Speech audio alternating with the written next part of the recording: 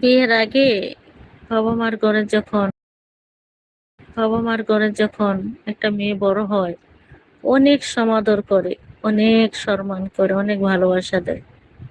যখন বিয়ে দিয়ে দেয়, আর বিয়ে দেওয়ার পরে কোনো না কোনো কারণে, ইচ্ছায় হোক আর তার অনিচ্ছায় হোক, যখন ডিভোর্স হয়ে যায়, ডিভোর্সি মেয়েরা যখন বাবার ঘরে ফিরে আসে, আর যদি দুই একটা ভাইয়ের বউ থাকে বা এরা বিয়ে করে তার স্ত্রী থাকে, তো তো ওই সেই কথা। তাইলে তাদের জীবনটা একবারে নরক হয়ে যায়। এতটা নরক হয়ে যায় যেটা নাকি যে আছে এই পরিস্থিতিতে সে নিজেই বুঝে। তারা জীবনে বাচ্চা থেকেও মরার মতোই থাকে। তাদের কোনো আউশ সালাত কোনো কিছু আর প্রকাশ করতে পারে না। বান্দির মতো সারাদিন কাজ করে, রাত শেষে দিন শেষে রাত্র হয়, বিছানায় গিয়ে শোয় আর চোখের পানি দিয়ে বালিশ ভিজায়।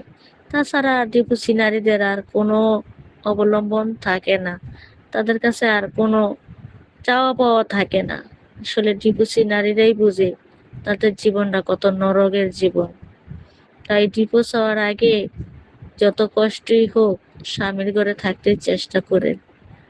সহজে ডিভোর্সের রাস্তাটা বেছে নিয়েন না, কারণ ডিভোর্স হইতে এত সহজ, কিন্তু তারপরে যে কঠিন জীবনটা এত কঠিন, সেটা কাকে বুঝাইবেন?